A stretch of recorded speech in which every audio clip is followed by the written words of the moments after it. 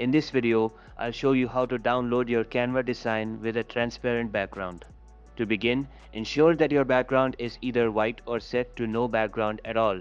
To do this, go to the background color option and select white or create a custom color using the hex code FFFFFF. This will ensure your design is ready for transparency. Next, click on the Share button in the top right corner, then select Download. Choose PNG as your file type, and you'll see an option to check Transparent Background.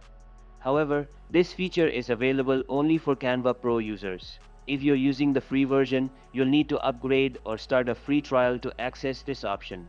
Once Transparent Background is checked, click Download. The file will be saved to your computer, usually in the Downloads folder. Note that on some systems like Mac, you may not see the transparency in the preview, but rest assured the background is transparent. If you don't check Transparent Background before downloading, the exported file will have a solid white background even if it's a PNG. If you found this video helpful, give it a like. For more tech videos like this, subscribe. Catch you later.